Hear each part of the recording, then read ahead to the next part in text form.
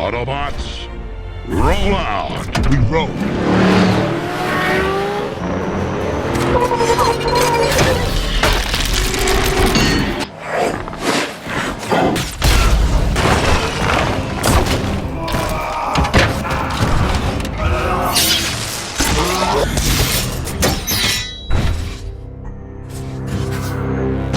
Kamusta kayong lahat? Nandito na naman tayo sa Filipino Chill Recap.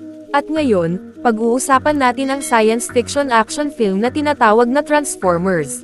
At bago tayo magpatuloy ay isa-shoutout muna natin si Alberto Bayutas, Arvin Crisostomo, Elver Pampang, Ethan Cambaya, Gary Tupas Jr., Jenar Pansica, Gerald Agden from Masbate, Melvin Rapsing, Maria Del Daragosa from Islang Garden City of Samal, at Maricres Clarito from Bulalakaw Oriental Mindoro. Maghanda na kayo dahil sa mga spoilers na darating. Nagsisimula ang kwento sa pagpapakilala sa Allspark, isang makapangyarihang artifact na desperadong hinahanap ng mga Autobots para maibalik ang buhay sa kanilang planetang Cybertron. Samantala, sa gitnang silangan, naghahanda ang isang grupo ng mga sundalo para sa kanilang misyon. Lumapag sila sa isang base sa Qatar, kung saan pansamantala silang nakapagpahinga at nag-enjoy. Pero hindi nagtagal ang katahimikan. May isang hindi pa nakikilalang aircraft ang papalapit sa base, si Captain Lennox. Habang kinakausap ang kanyang pamilya na matagal na niyang hindi nakakasama, ay biglang naputol ang sandali ng kaligayahan nang tumaas ang tensyon. Agad na nagkilos ang mga sundalo para harangin ang aircraft at hinutusan itong umatras. Pero hindi ito sumunod. Laking gulat nila nang ang helicopter ay biglang nag-transform bilang isang mabagsik na Decepticon. Naghasik ito ng matinding pagkasira, walang laban ang armas ng mga sundalo sa lakas ng kalaban. Tinibag nito ang lahat ng makasalubong sa daan, kinuha ang sensitibong impormasyon mula sa mga computer, at winasak ang buong base. Samantala, si Sam Witwicky ay nasa eskwelahan, nagbibigay ng presentation tungkol sa ekspedisyon ng kanyang lolo sa Arctec, kung saan pinamunuan nito ang 41 mandaragat. Bagamat medyo kakaiba ang kanyang pagkukwento, natawa ang buong klase sa kanya.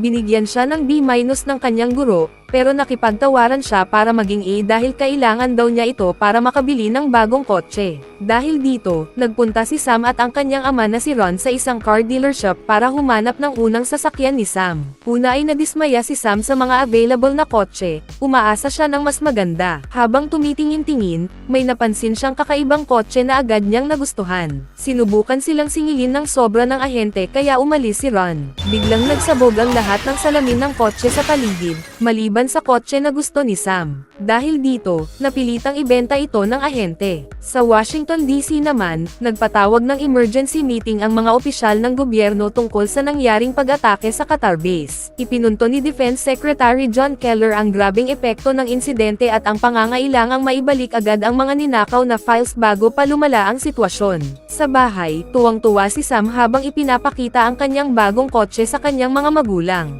Pagkatapos nito, lumabas siya para maglibang. Pagdating sa isang tambayan, pinagtawanan siya ng mga bully habang nagpapakitang gilas sa mga babae. Isa sa mga naroon ay si Michaela Baines, ang kilalang maganda sa eskwelahan. Matapos ang insidente, inalok ni Sam si Michaela ng hatid pauwi. Michaela!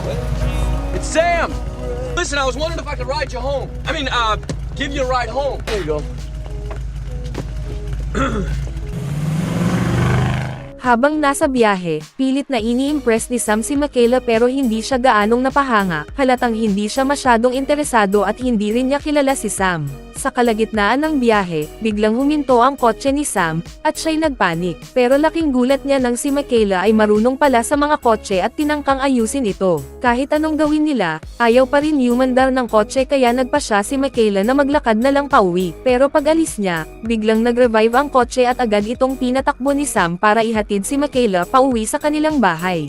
Habang sa Pentagon, abala ang mga siyentipiko sa pagtukoy kung saan galing ang atake. Samantala, sa loob ng isang Air Force flight, palihim na gumagalaw ang isang maliit na Decepticon. Naka-infiltrate ito at nagsimulang mag-hack ng mahahalagang files, dahilan para tumunog ang mga alarm. Agad nag-high alert ang Pentagon. Dahil walang ibang opsyon, napilitan silang i-shutdown ang lahat ng servers na siyang ikinainis ng Decepticon. Nang subukang hulihin ito, nilabanan nito ang mga sundalo gamit ang kanyang napaka-advanced na kakayahan, at nakatakas ito sa pamamagitan ng paglipat sa isang police car para i-upload ang ninakaw na impormasyon sa ibang lugar. Narinig ni Sam na parang ninanakaw ang kanyang kotse kaya agad niyang kinuha ang kanyang bisikleta para habulin ito. Sinundan niya ito hanggang sa isang abandonadong lugar, at laking gulat niya nang makita niyang may isang higanteng robot na nagpapalabas ng ilaw sa kalangitan. Nanlaki ang mata ni Sam sa nakita at agad siyang nag-record ng video. Sinabi niyang buhay ang kanyang kotse. Habang nag-iikot-ikot siya para mag-imbestiga, inatake siya ng mga aso at halos makagat siya, pero biglang bumalik ang kanyang kotse.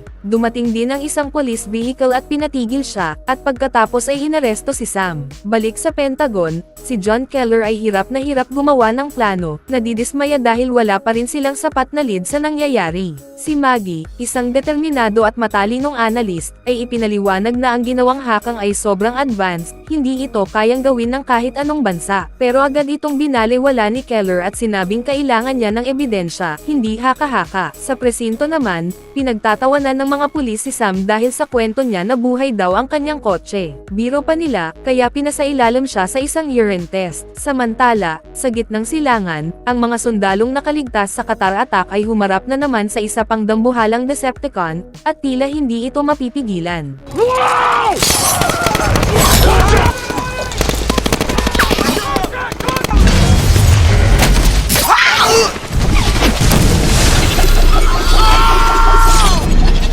Napilitan silang umatras at pumasok sa isang kalapit na bayan habang nakikipagbarilan, pilit na pinoprotektahan ang mga sibilyan. Habang kaguluhan ang lahat, nakahanap si Captain Lennox ng isang telepono at agad na nakontak ang Pentagon. Narinig ni John Keller mismo ang ulat ng Sergeant na si Epps, at hindi siya makapaniwala sa kalaban na kanilang kinakaharap. Nang maunawaan ang sitwasyon, agad silang humingi ng air support para tulungan ang mga sundalo. Dumating ang mga jet at nagsimulang bombahin ang dambuhalang Decepticon.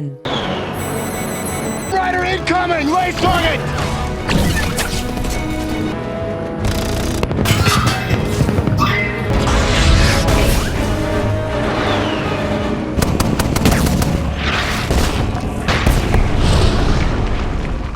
Sa wakas, matapos ang walang hintong putukan, bumagsak ang Decepticon, ligtas ang mga sundalo at mga taga-bayan. Samantala, si Maggie ay patuloy sa pagsusuri ng kanyang mga teorya.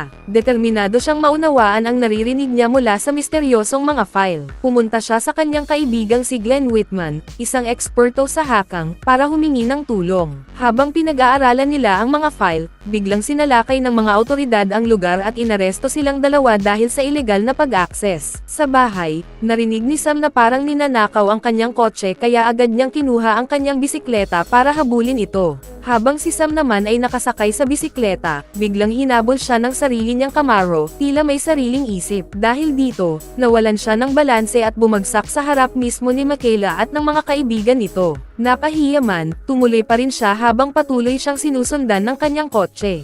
Biglang lumitaw ang kaina-hinalang police car at binangga si Sam. Tinangka niyang ipaliwanag ang nangyayari, pero agad siyang pinutol ng pulis nang mag-transform ito at nagpakilalang isang Decepticon. Oh God, no!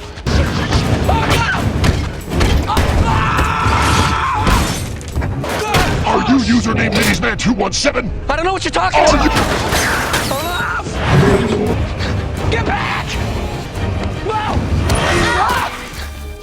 Here he comes! Just in time, dumating ang Camaro ni Sam, tumatakbo sa bilis para sagipin siya at si Michaela. Nagsimula ang isang matinding habulan. Habang patuloy silang hinahabol, laking gulat nila nang ang Camaro ay nag-transform bilang isang Autobot at hinarap ang Decepticon sa labanan. Sa gitna ng kaguluhan, isa pang maliit na Decepticon ang humabol kay Sam para kunin ang salamin.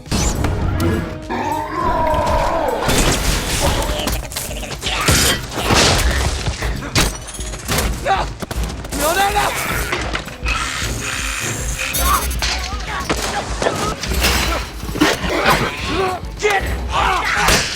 Pero bago pa ito magtagumpay, si Michaela ang samalo ng laban at binasag ang mukha ng halimaw, natapos ang habulan. Pagkatapos ng panganib, tumambad sa kanila ang tunay na anyo ng Camaro. Dito nila opisyal na nakilala si Bumblebee.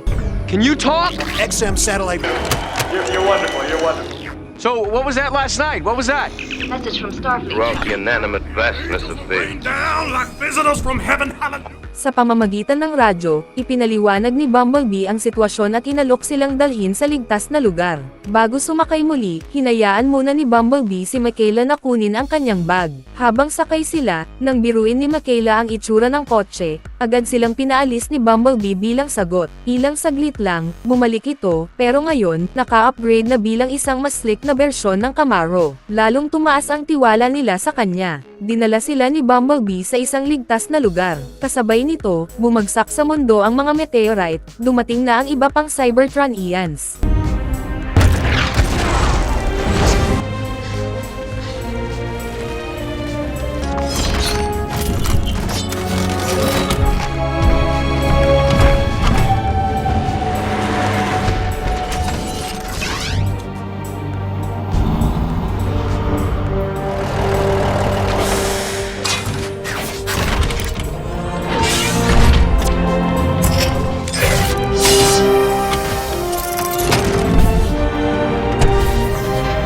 Are you Samuel James Witwicky, descendant of Archibald Witwicky?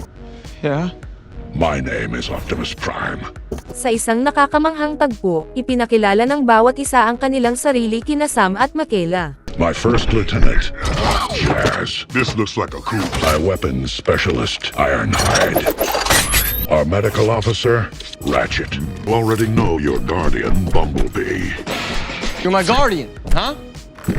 Lumapit si Optimus Prime, ang matapang at marangal na leader ng Autobots. Ipinahayag niya ang matinding panganib na kinahaharap ng lahat. Ikinwento niya ang pagkasira ng kanilang mundo, ang Cybertron, na winasak ni Megatron, ang leader ng Decepticons. Ipinaliwanag niya kung paano natagpuan ng lolo ni Sam si Megatron na nakapirmi sa Arctech at kung paano nito aksidenteng napaandar ang navigation system.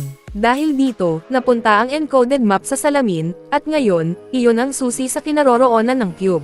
Binigyang diin ni Optimus ang kahalagahan ng mabilis na pagkuha sa cube bago pa ito maaga ni Megatron, dahil maaari nitong baguhin ang kapalaran ng kanilang mga mundo. Samantala, ang mga sundalo ay nagsisiyasat sa nakuha nilang Decepticon nang biglang gumalaw ang buntot nito. Sa kabilang dako, sina Glenn at Maggie ay nagpaplano ng susunod nilang hakbang. Biglang pumasok ang ilang kalalakihan sa silid. Dahil sa takot, agad nagsumbong si Glenn, isinisi lahat kay Maggie at ibinulgar ang mga sikreto. Tinangka ni Maggie na ipagtanggol ang sarili. Iginiit niyang napatunayan na ng ebidensya ang kanyang teorya. Sa bahay naman ni Sam, sinalubong siya ng kanyang ama na halatang dismayado sa mga pinaggagawa niya. Pilit iniiwas ni Sam ang usapan, habang sa labas ay paikot-ikot ang mga Autobots na nagtatago. Dahil sa kaguluhan, natakot ang aso ni Sam at muntik na silang mahuli ng kanyang mga magulang. Agad siyang pumasok sa bahay para kunin ang salamin na kailangan ni Optimus Prime.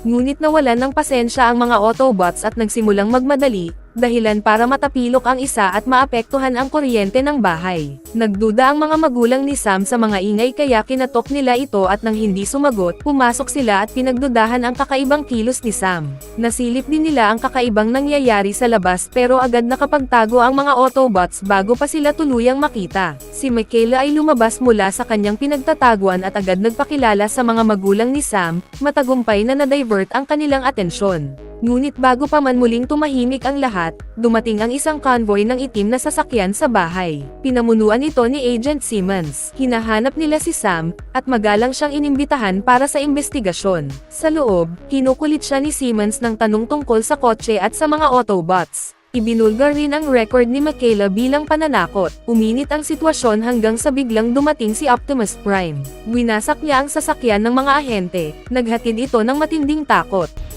I want to introduce you to my friend, Optimus Prime. Autobots, relieve them of their weapons. Whoa! Give me Whoa! those. Whoa! Get out of the car. Me? You want me to? Now! All right. Where's Sector 7? Wouldn't you like to know?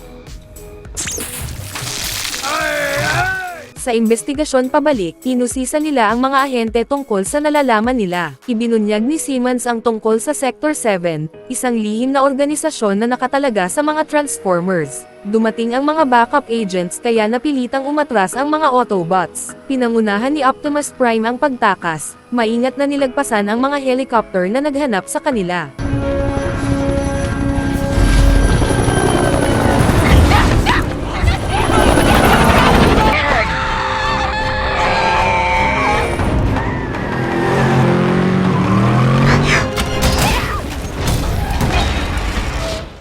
Ngunit natuntun pa rin sila ng mga ahente at inatake si Bumblebee. Napatigil siya sa galaw, at nauwi ito sa pagkakaaresto kina Sam at Michaela. Kahit anong pilit ni Bumblebee, hindi na niya kinaya ang matinding putok ng mga kalaban, matinding pinsala ang inabot niya. Sa sobrang galit at pagkabigla, tumakbo si Sam palapit para iligtas ang kanyang tapat na kaibigan, pero sa halip siya ay muling inaresto at isinakay sa likod ng sasakyan. Nagtipon muli ang mga Autobots para suriin ang lalong lumalalang sitwasyon. Sa wakas, nakuha na rin nila ang hinahanap-hanap na salamin. Samantala, sa Pentagon, tumigil ang lahat ng operasyon dahil sa isang matinding virus na pumasok sa kanilang system. Naging vulnerable sila kaya napilitan silang humingi ng tulong kay Tom, isang kinatawan mula sa misteryosong Sector 7. Sa gitna ng isang tensyonadong briefing, natuklasan ni John Keller na ang misyon nila ay may malalim na ugat sa kasaysayan. Ipinakita sa kanila ang nakakagulat na footage ng presensya ng mga Transformers sa Mars, dagdag pa ito sa misteryong unti-unting lumilinaw. Habang nakakulong pa rin si Maggie, bigla siyang isinama sa misyon, kinumbinsi ni Keller na gamitin ang kanyang expertise. Kasama niya sa operasyon sina Sam at Michaela, na lalo pang nadadala sa gitna ng lumalalim na labanan. Habang nagkakagulo, nagsimula na ring kumilos ang mga Autobots papunta sa Allspark Cube, isang mahalagang bagay na pinaniniwalaan nilang susi para mailigtas ang sangkatauhan at ang kanilang lahi. Pero habang tumataas ang tensyon, nagkaroon ng hindi pagkakaintindihan sa pagitan ng mga Autobots. Muling nagpakita ng pamumuno si Optimus Prime, pinatibay ang kanilang layunin, protektahan ang sangkatauhan anuman ang maging kapalit. If all else fails, I will unite it with the spark in my chest. A necessary sacrifice to bring peace to this planet. Autobots, roll out! We roll! Samantala, sinamantala ni Sam ang pagkakataon para harapin si Agent Simmons, at ginamit ang impormasyon para mapalaya si Bumblebee at malinis ang record ni Michaela. Dinala sila sa isang lihim na pasilidad ng Sector 7 kung saan ibinunyag ang nakakagulat na katotohanan, matagal nang nakakulong si Megatron doon, resulta ng aksidenteng pagkakatuklas ng lolo ni Sam. Mas nakakagulat pa, ang Allspark Cube pala ay matagal nang hawak ng Sector 7, itinatago mula sa lahat. Lubos ang pagkabigla ni Sam at ng kanyang mga kasama. Hindi nila alam, may isang maliit na Decepticon spy na nagpadala ng signal para humingi ng backup. Agad kumilos ang mga Decepticons, layuning iligtas si Megatron at guluhin ang buong mundo. Upang ipakita ang kapangyarihan ng Cube, pinanood ng grupo kung paano ginamit ito ng mga tauhan ng Sector 7 para gawing isang mabagsik na miniature Decepticon ang isang ordinaryong cellphone. Dahil dito, naging malinaw sa lahat ang matinding panganib ng Cube. Wala nang oras para magdesisyon. Biglang nag-blare ang mga alarma, inaatake na ang pasilidad. Habang pinupulbos ng mga pagsabog ang buong lugar, dumarating ang mga Autobots para kuhanin ang Cube. Nahuli sa gitna ng sagupaan ang mga tao. Sa gitna ng kaguluhan, buong puso at emosyon ang pagmamakaawa ni Sam para palayain si Bumblebee. Nakita ni Captain Lennox ang bigat ng sitwasyon kaya tinutukan ng baril si Simmons at pinilit siyang palayain si Bumblebee. Nang makalaya si Bumblebee, agad siyang nagtungo kay Sam. Nakiusap si Sam sa kanya na lumaban sa tabi nila laban sa mga Decepticons. Dinala sila ng grupo sa lugar kung nasaan ang Cube, na ngayon naging sentro ng digmaan. Gamit ang advanced knowledge, sinimulan ni Bumblebee ang proseso para paliitin ang Cube, para mas madala at mailigtas ito mula sa mga Decepticons. Nagbigay ito ng pag-asa sa grupo. Ngunit habang tumitindi ang labanan, sinusubok ang kanilang tibay, nakasalalay ang lahat sa kanilang desisyon. Kasabay nito, nabuhay muli si Megatron. Nagpakawala siya ng kaguluhan kasabay ng pagdating ng iba pang Decepticons.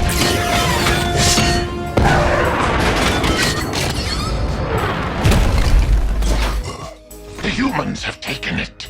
You fail me yet again, Starscream.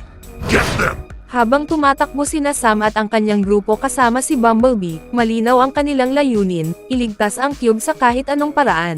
Pero mabilis silang inabutan ng mga kalaban. Nagsimula ang matinding bakbakan sa gitna ng mga lansangan ng Amerika. Ipinakita ni Optimus Prime ang kanyang lakas at tapang nang patumbahin niya ang isa sa mga Decepticons sa isang kahangahangang labanan. Sa kabilang dako, sina Simmons at ang kanyang grupo ay pinilit lumaban sa isang maliit pero mabangis na Decepticon.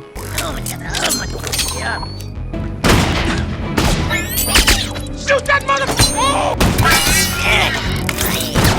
Sa kabila ng bangis nito, napatumba ito nina Simmons at John. Balik sa lansangan, nagdesisyon sina Sam at ang grupo na harapin mismo ang mga Decepticons. F-22, 12 o'clock. It's Starscream! Back up! Take cover! Bumblebee! Back up! Back up!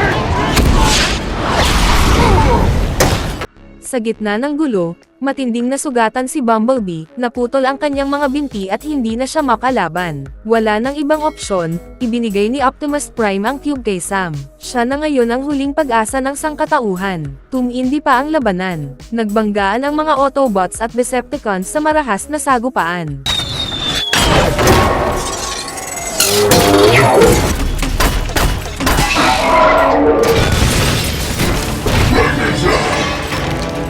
It's Megatron! Retreat! Move! Fall back!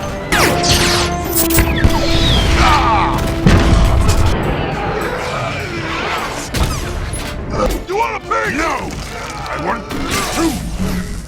Inutusan ni Captain Lennox si Sam na abutin ang isang gusali at sindihan ang flare bilang senyales para sa Air Force. Habang patakbo si Sam, nagsimula na ang matagal nang inaabang ang laban ni Optimus Prime at Megatron. Megatron!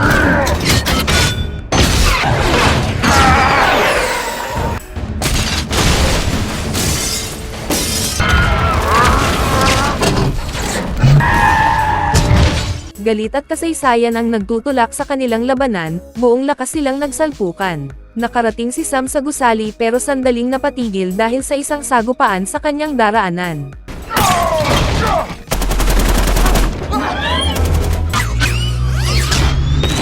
Sam, get to the building! Determinado, nakahanap siya ng ibang daan. Habang tumatakbo siya sa bilis ng kaya niya, walang humpay siyang hinabol ni Megatron, desperadong makuha ang cube. Samantala, ipinakita rin ni Mikaela ang kanyang tapang. Ipinagmaneho niya si Bumblebee sa likod ng sasakyan habang tinutulungan nilang iligtas ang mga sundalong pinapaligiran ng kalaban. I'll drive, you shoot!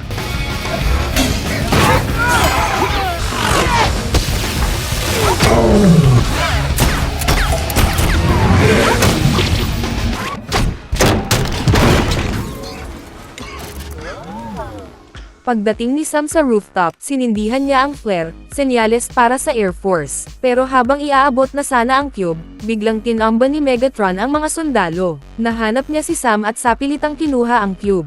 Tinulak niya si Sam mula sa estatwa. Pero sakto ang dating ni Optimus Prime, nailigtas niya si Sam at hinarap si Megatron sa isang matinding laban.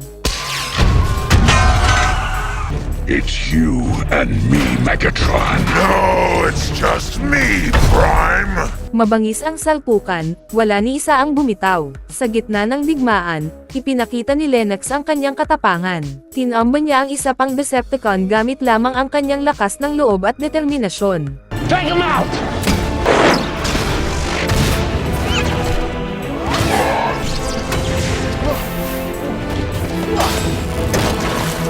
Sam, put the cube in my chest now! Nang marating ang sukdulan ng laban, ginawa ni Sam ang pinakamapanganib na hakbang, itinusok niya mismo ang cube sa dibdib ni Megatron. Bumulusok ang napakalakas na enerhiya, tuluyang napuksa si Megatron, wakas na ng banta ng mga Decepticons. Panalo na sila. Ipinangako ni Optimus Prime ang kanyang katapatan kay Sam, bilang pagkilala sa kanyang tapang at kabayanihan. Nakiusap si Bumblebee na manatili kay Sam, at pinayagan siya ni Optimus. Nagbigay ito ng saya kay Sam. Tuluyang natalo ang mga Decepticons. Ang katawan ni Megatron ay itinapon sa dagat, wala nang bakas ng kanilang panganib. Ngayon, ang mga Autobots ay buong puso nang nakipagkaisa sa sangkatauhan. Naghahanda sila sa mga pagsubok ng hinaharap, nagtutulungan, buo, at handa sa kung ano mang darating. Ipaabot ang iyong opinyon sa comment sa ibaba, at kung nagustuhan mo ang video, mag-subscribe na kung hindi ka pa nakasubscribe, pindutin na rin ang notification bell at like button para sa marami pang movie recap katulad nito, at mag-iwan ng comment down below. And as always, thank you for watching.